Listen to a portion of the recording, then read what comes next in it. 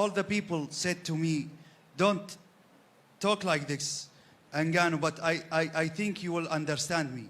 You know, I look to you as a brother, but I want someone to stop you. I want the boxing.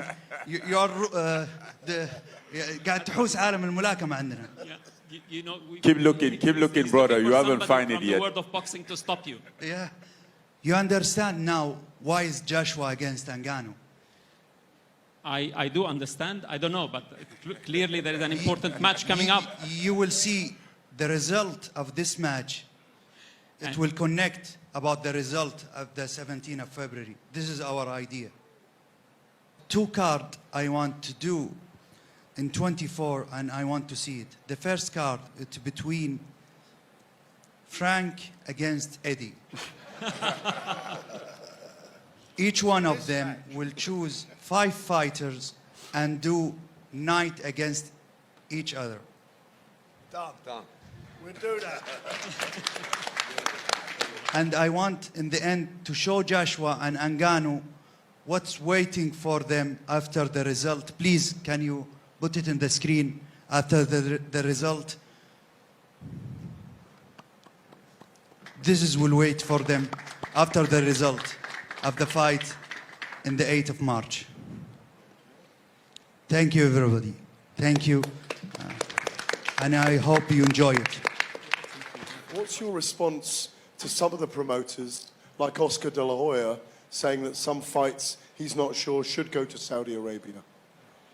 We will miss him. Thank you. With Francis's incredible performance against Tyson, and of course Anthony Joshua coming off the back of 2 consecutive knockout victories, there's bound to be fireworks in this one. There will be, you know. I'll say how it is. But, you know, prior to the last fight with Tyson and Francis, I genuinely thought that it would be a tough fight for a short period of time. But I then thought that Tyson would get the better of him and win the fight very early on. But it turned out that Francis brought something to the boxing ring that I certainly never expected, and that was that he could actually box. We knew he was a tough competitor. We knew he could punch. We know that he's going to be a handful on the inside because that's the way MMA fighters fight. But he was more than that. He was a switch hitter.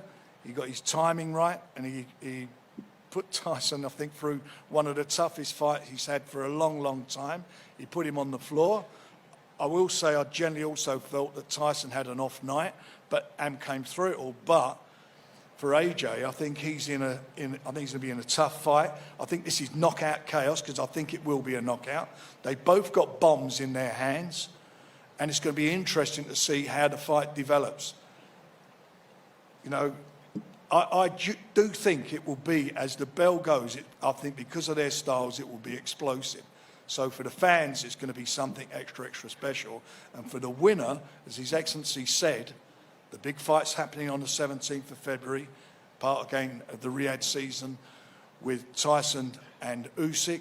The winner of that, would we like to see him with the winner of this fight? Everybody in this room would love to see that. Everybody in boxing would love to see that. So everybody's got something to aim for. And it's huge. It's a huge moment in time for boxing. Heavyweight boxing has not seen this happen in my lifetime. Big fights like this happening one after the other. So it's a fantastic moment. I met Francis Ngannou, we were just talking, maybe just over or under a year ago in Las Vegas. He told me about his ambition to be in big boxing events. You know, firstly, I met a guy with an unbelievable story. I met a guy with a very strong mind, but I didn't take him seriously, if I'm honest. I just have never known anybody to waltz into a sport and compete, and in my opinion, and it was very close, in my opinion, beat Tyson Fury that night.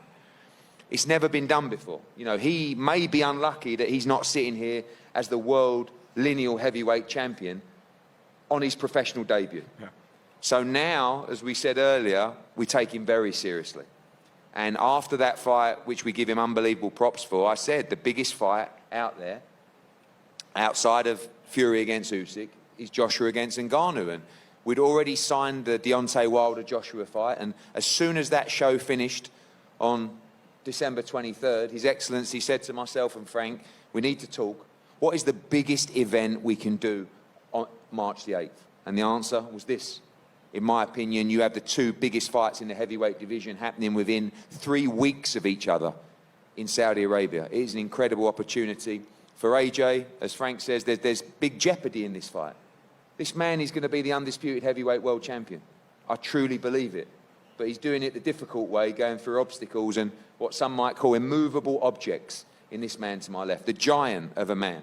The former UFC heavyweight world champion, but now a guy that we take very, very seriously in the sport of boxing. This guy's on a roll. He's working with a great team, and we just cannot wait. This is a dream opportunity for the sport of boxing, and we're also invested to give the fans incredible nights, and this is another fantastic fight for Riyadh season. You left the UFC to have the biggest fights, with the biggest paydays, the biggest purses, on the biggest stage. It doesn't get much bigger than this, does it? No. First of all, I want to thank everybody here to show up, to come here and make this press conference great. Thank you to my brother, the Excellency, for one more time again putting me in this position, you know, to live my dream, have all those great experiences, such as the one that I had in Riyadh 2 months ago. It was amazing. So hopefully this will be the same thing and finish the same way. I've been sitting here, listening to people talking, and even Eddie praising me, which I appreciate that. But at the same time, I'm not sure if he's honest or if he just want to get me sleep on his guy, which that's not going to happen. I'm just a beginner out here that's gonna train really hard and do everything and come as an underdog to win the fight. So I don't take my last fight as a reference and think that I get this done and think that I get everything. You know, I know exactly where I am at. I'm just a beginner, and I'm definitely going to come up better and, yes, get better and better. So that's how I see things. I'm getting prepared for a tough, hard fight. Yes, the Tyson Fury fight was great. It was awesome, but that's now in the past, and I have a new challenge in front of me, and I take it even more serious now than before, because now I think there's something more on the line, which is probably the undisputed. So let's see. Maybe I will do something that nobody has done before. And I really believe that I have the tools of doing that. Starting off having a win against AJ on March 8th in Riyadh, which is going to be a big fight. Not an easy one, but a possible one. And I'm going to take that. Is that your plan? Is it seek and destroy? Well, I'm going to fight him. So what do you think I'm going to do?